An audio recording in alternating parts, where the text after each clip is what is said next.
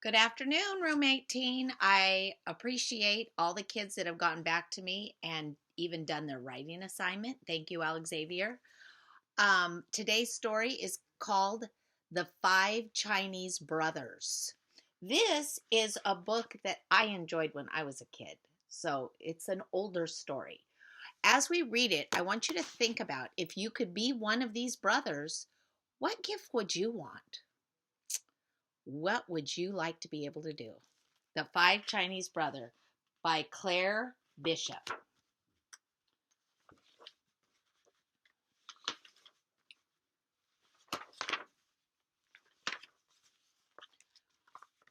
Once upon a time, there were five Chinese brothers, and they all looked exactly alike.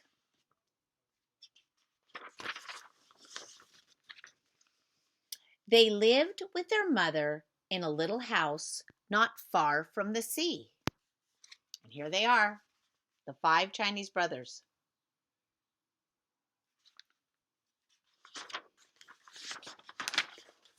I'm going to do it this way. The first Chinese brother could swallow the sea. The second Chinese brother had an iron neck.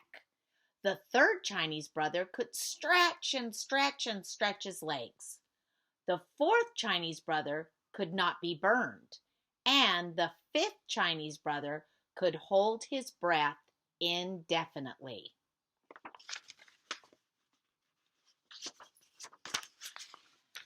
Every morning, the first Chinese brother would go fishing, and whatever the weather, he would come back to the village with beautiful and rare fish, which he had caught and could sell at the market for a very good price. One day, as he was leaving the marketplace, a little boy stopped him and asked him if he could go fishing with him. No, it could not be done, said the first Chinese brother. But the little boy begged, and finally the first Chinese brother consented. Under one condition, said he, and that is that you shall obey me promptly. Yes, yes, the little boy promised.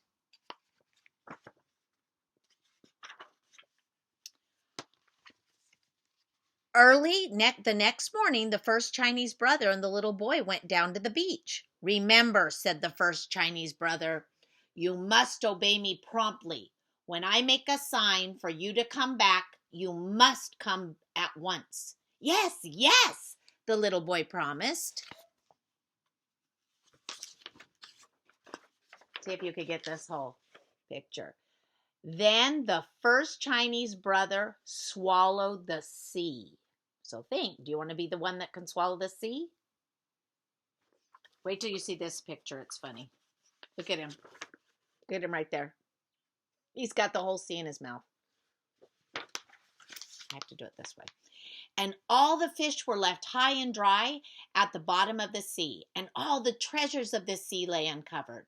The little boy was delighted. He ran here and there, stuffing his pockets with strange pebbles, extraordinary shells, and fantastic algae.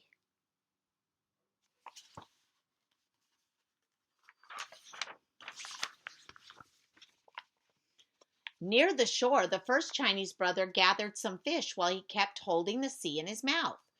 Presently, he grew tired. It was very hard to hold the sea, so he made a sign with his hand for the little boy to come back. The little boy saw him, but paid no attention. He broke his promise. He said he would come back right away. Ooh, he's having a hard time holding his breath. He's making the sip. Oh, my goodness.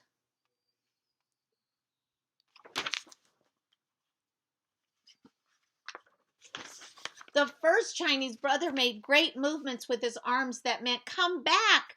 But did the little boy care? Not a bit. He ran further away. Then the first Chinese brother felt the sea swelling inside him, and he made desperate gestures to call the little boy back. But the little boy made faces at him and fled as fast as he could. Oh no, I don't think this is going to be good. The first Chinese brother held the sea until he thought he was going to burst.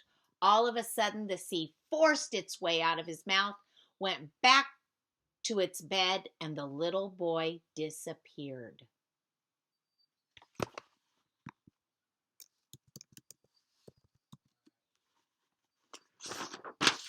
When the first Chinese brother returned to the village alone, he was arrested, put in prison, tried, and condemned to have his head cut off. On the morning of the execution, he said to the judge, "Your Honor, will you allow me to go and bid my mother goodbye?" "It's only fair," said the judge. So the first Chinese brother went home, and the second Chinese brother came back in his place. Do you remember what he had? The iron neck. All the people of the village were assembled on the square to witness the execution. The executioner took his sword and struck a mighty blow. This is funny. But the second Chinese brother got up and smiled. He was the one with the iron neck, and they simply could not cut his head off. Everybody was angry, and they decided that he should be drowned. On the morning of the execution, the second Chinese brother said to the judge, "Your Honor, will you allow me to go and bid my mother goodbye?" "It is only fair," said the judge. So the second Chinese brother went home, and the third Chinese brother came back in his place. He was pushed on a boat which was made for the open sea. Oh no. Look what they do. They just toss him. When they were far out on the ocean, the third Chinese brother was thrown overboard. You remember what he's able to do? Look at this.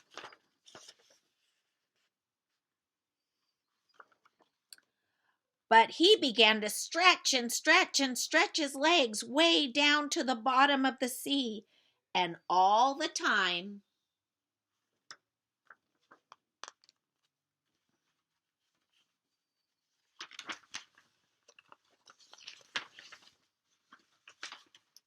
can't turn this page.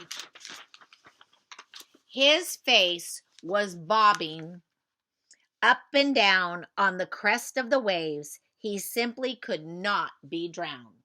Everybody was angry, and they all decided that he should be burned. On the morning of the execution, the third Chinese brother said to the judge, "Your Honor, will you allow me to go and bid my mother goodbye?" "It's only fair," said the judge. So the third Chinese brother went home, and the fourth Chinese brother came back in his place. He was tied up to a stake, fire was set to it, and all the people stood around watching it. In the midst of the flame, they heard him say, "This is quite pleasant. Bring some more wood," the people cried. The fire roared higher. "Now it is quite comfortable," said the fourth Chinese brother, for he was the one who could not be burned. Everybody was getting more and more angry every minute, and they decided to smother him. Do you think that's going to work?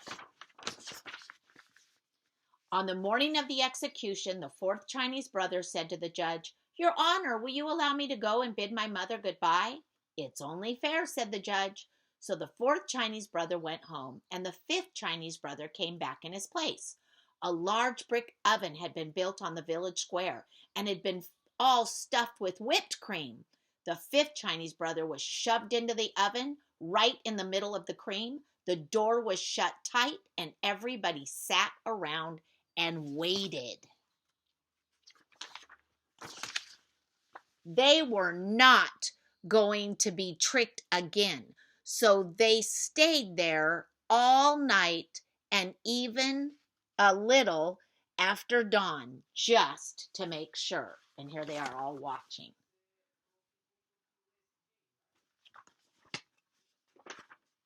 Oh my gosh, this is so funny. Then the door opened and pulled him out, and he shook himself and said, "My, that was a good sleep." Everybody stared open-mouthed and round-eyed, but the judge stepped forward and said, "We have tried to get rid of you in every possible way, and somehow it cannot be done. It must be that you are innocent." "Yes, yes," shouted all the people. So they let him go, and he went home. And the 5 Chinese brothers and their mother all lived together happily for many years. So, if you could be one of those 5 Chinese brothers, which one would you be? The one that